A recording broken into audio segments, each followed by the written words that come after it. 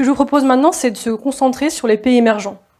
Alors, nous avons la chance d'avoir parmi nous Monsieur David Nataf. Alors justement, on parlait d'éthique et on aimerait en savoir plus sur la crypto-monnaie que vous avez cofondée. Je vais prendre la parole après les propos brillants qui ont déjà été exposés. C'est difficile de prendre la parole car je pense que beaucoup de choses ont déjà été dites de façon excellente.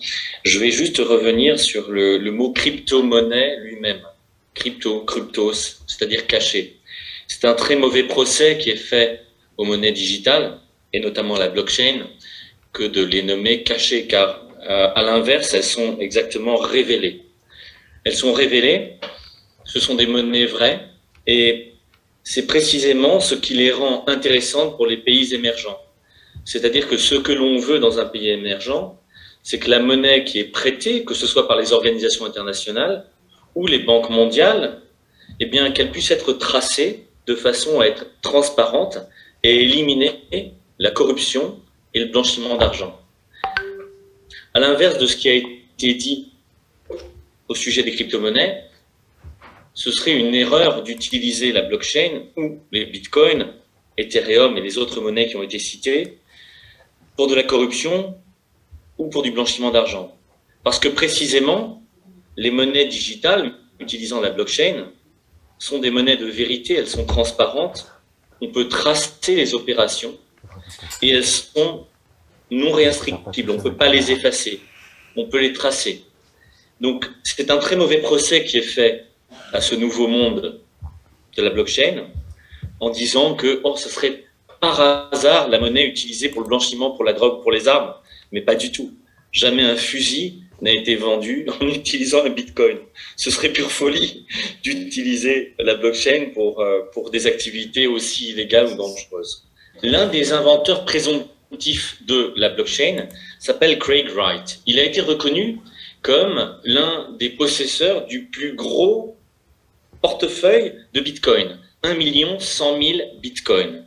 Craig Wright, qui est extrêmement contesté, dit qu'il a inventé, et je l'ai invité dans cette conférence, je ne sais pas s'il est là ou pas, j'en ai pas la moindre idée, en tout cas il a été invité, eh bien il a inventé, il prétend avoir inventé la blockchain, comme l'a dit l'un des conférents, premièrement, comme un moyen de paiement, deuxièmement, moyen de paiement décentralisé, sans commission, instantané, et permettant donc à ceux qui sont démunis, qui n'ont pas de compte en banque, qui n'ont pas la chance d'avoir déjà un compte en banque et une organisation financière, de pouvoir échanger de l'argent sans payer des commissions de change, sans avoir à payer des sommes énormes pour véhiculer d'un point à un autre, envoyer à la famille, ou bien envoyer tout simplement à son entreprise de l'argent.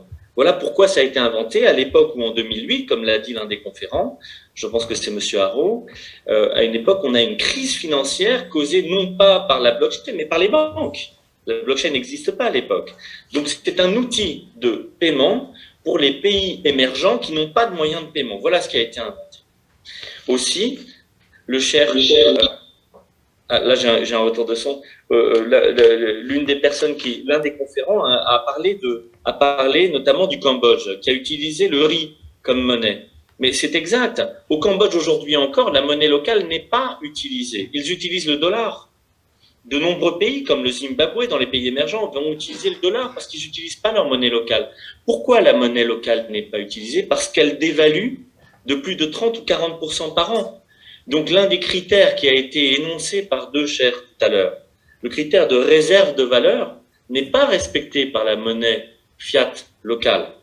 Comment voulez-vous avoir une réserve de valeur si votre travail, récompensé par une monnaie, perd 40% de sa valeur et ensuite vous devez encore payer 30% pour pouvoir l'envoyer dans une monnaie fiat comme l'euro ou le dollar?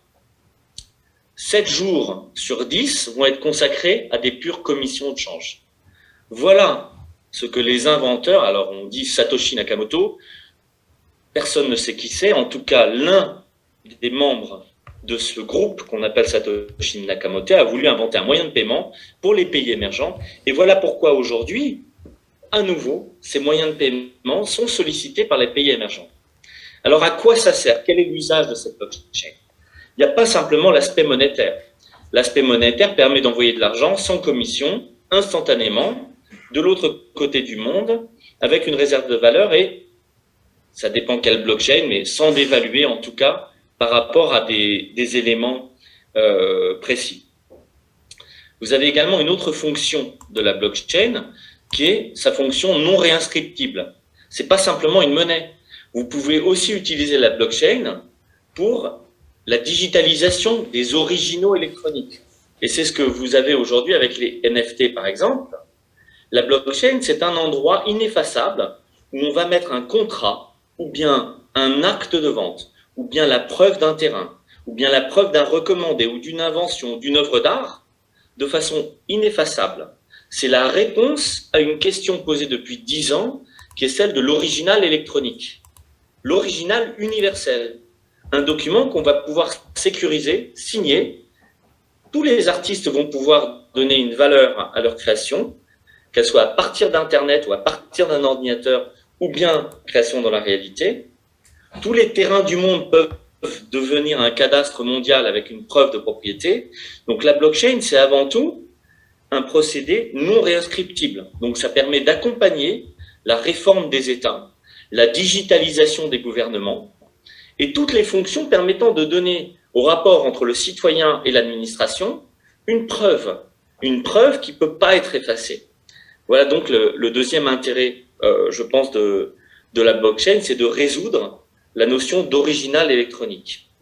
Donc les applications sont infinies, elles vont dans la preuve de la propriété intellectuelle, l'antériorité, une invention, une musique, un dessin, une œuvre d'art, un film, une vidéo, mais également la preuve du cadastre, la propriété, le démembrement de la propriété. Donc la pleine propriété, l'usufruit, éventuellement un nantissement ou une hypothèque de banque. À partir du moment où on aura mis le cadastre sur la blockchain, certainement certains le feront, eh bien on pourra aller s'intéresser à un bien immobilier de l'autre côté du monde, sans passer par un réseau de confiance humain.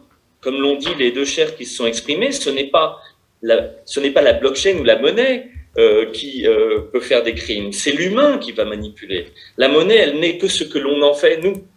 Donc si on a un registre qui va nous dire qui est propriétaire, comment, quelle banque, quelle hypothèque, eh bien on aura, grâce à la blockchain également, une possibilité de confiance et de transparence, non seulement fiduciaire, mais également réelle, immobilière, ou bien de l'invention, des brevets.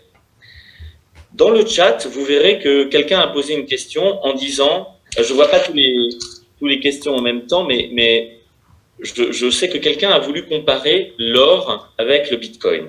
Cette comparaison est intéressante. En effet, l'or, elle a une valeur chimique.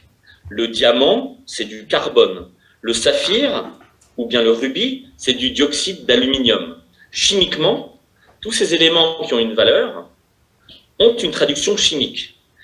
La blockchain, ou Bitcoin, également, quelle que soit la monnaie, a son code.